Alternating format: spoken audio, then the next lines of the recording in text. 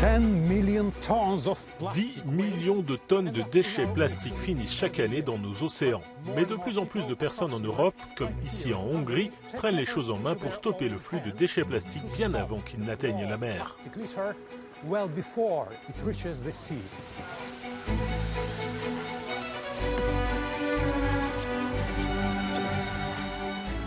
Dans le nord-est de la Hongrie, le site naturel des rives du Bodrog est souillé par des bouteilles en plastique usagées. Peut-être que vous vous demandez d'où vient tout cela. Si vous jetez un coup d'œil, par exemple, à cette bouteille, vous aurez la réponse. Elle vient de Transcarpathie, en Ukraine. En fait, la plupart des détritus proviennent de cette région. C'est parce qu'en Transcarpathie, il n'y a pas de gestion des déchets. Ils sont simplement déversés dans la plaine inondable et, quand une inondation se produit, l'eau les charrie et les propage jusqu'en Hongrie. Pour s'attaquer au problème, Miklos Gyalai-Korpos et d'autres militants ont créé la Plastic Cup, une rencontre annuelle entre des équipes concurrentes qui nettoient les berges des rivières hongroises. Cette année, plus de 150 bénévoles ont arpenté le Bodrog pendant 4 jours en kayak ou en rafting, en ramassant du plastique au passage.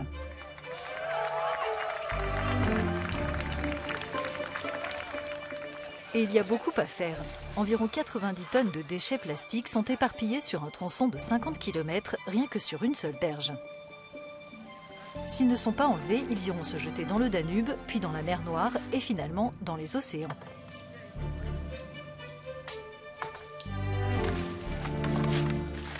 En plus de nettoyer, ce groupe de jeunes participe à une étude scientifique sur la pollution plastique.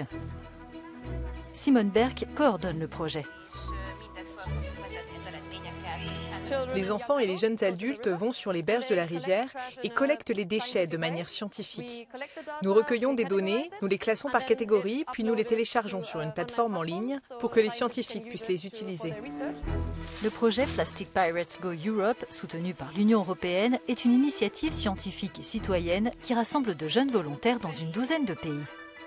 En suivant une méthodologie très précise, ils nettoient une zone déterminée de 200 mètres carrés et répertorient soigneusement tous les déchets qu'ils trouvent.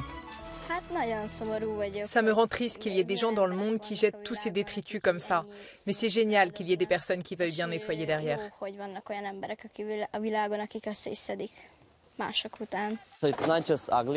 Ce n'est pas seulement moche, c'est très dangereux pour les animaux parce qu'ils pensent que ça peut se manger et que c'est de la nourriture. Et quand ils mangent ça, ils peuvent mourir. Et si un poisson mange du plastique et que l'homme mange du poisson, c'est sans fin. Les scientifiques manquent encore de données sur les tendances en matière de pollution plastique en Europe et ces opérations qui permettent de recueillir des échantillons contribuent à combler les lacunes. Ces pirates du plastique ont rapidement pris de l'ampleur à l'international. Nous sommes représentés au Portugal, en Espagne, en Italie, en Belgique, en Allemagne et en Hongrie, bien sûr, là où nous nous trouvons en ce moment. Il y a aussi la Lettonie, la Lituanie, l'Autriche. Oh, et la Géorgie vient aussi de nous rejoindre.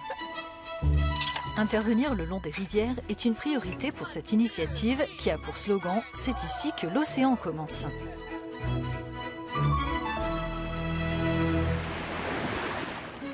En effet, 80% de la pollution plastique marine provient des rivières et canaux qui charrient les déchets urbains jusqu'aux océans. Même Bruxelles, souvent appelée capitale de l'Europe, ne s'est pas encore attaquée à ce problème. Son canal est loin d'être immaculé. L'association locale Canal It Up organise des nettoyages de proximité pour sensibiliser et impliquer la population. Lors de la Journée mondiale du nettoyage des côtes, les militants ont fait équipe avec des officiels européens, notamment le commissaire à l'environnement, aux océans et à la pêche, Virginijus Sinkevicius. L'Union européenne s'est fixé de grands objectifs, réduire de moitié la pollution des océans par les plastiques et les déchets de consommation courante d'ici à 2030. Si les détritus plastiques semblent diminuer sur la plupart des côtes, la quantité d'emballage dans les ordures ménagères a en revanche augmenté de 19% au cours de la dernière décennie.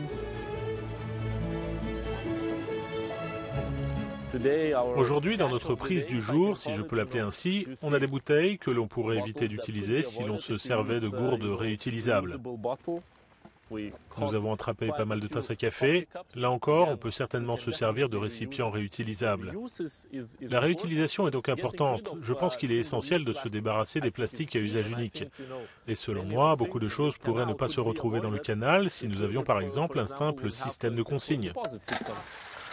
Un système de consigne permettant de rapporter les emballages vides à un point de collecte pour être remboursés s'avère prometteur pour réduire les déchets. Les militants font donc pression pour que les magasins et les consommateurs belges l'adoptent pleinement, malgré les coûts supplémentaires.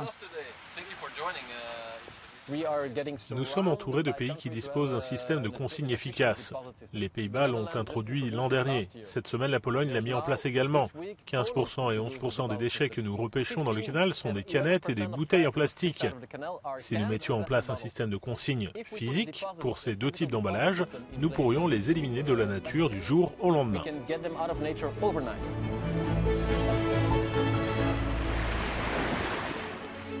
Les déchets plastiques sont charriés par les rivières jusqu'aux océans et traversent les frontières. Résoudre ce problème nécessite de collaborer à l'échelle internationale. L'équipe hongroise, à l'origine de la Plastic Cup, a uni ses forces à celles de partenaires en Ukraine occidentale pour prévenir le fléau de la pollution fluviale à sa source. Leur campagne de nettoyage annuel attire des bénévoles de différents pays, comme Marc, un étudiant de Barcelone. Bien sûr, nous devons tous nous préoccuper de la situation en Hongrie, mais aussi de la situation en Espagne ou en Allemagne, et nous devons tous essayer de nous entraider autant que possible car le problème est mondial. En 4 jours, les concurrents de la Plastic Cup ont ramassé 11 tonnes de déchets. Cela représente plus de 2500 sacs de détritus qui ne pollueront pas les océans. William Molénard participe à l'opération depuis l'âge de 9 ans. Je pense que les choses s'améliorent, que l'on s'y intéresse davantage et que cela aide beaucoup. Les enfants n'ont jamais été aussi nombreux pour nous aider. J'espère que les rivières seront propres et que les gens pourront profiter de cette belle nature sans plastique. Tous les déchets ramassés seront triés et les organisateurs affirment qu'environ 2 tiers d'entre eux seront recyclés.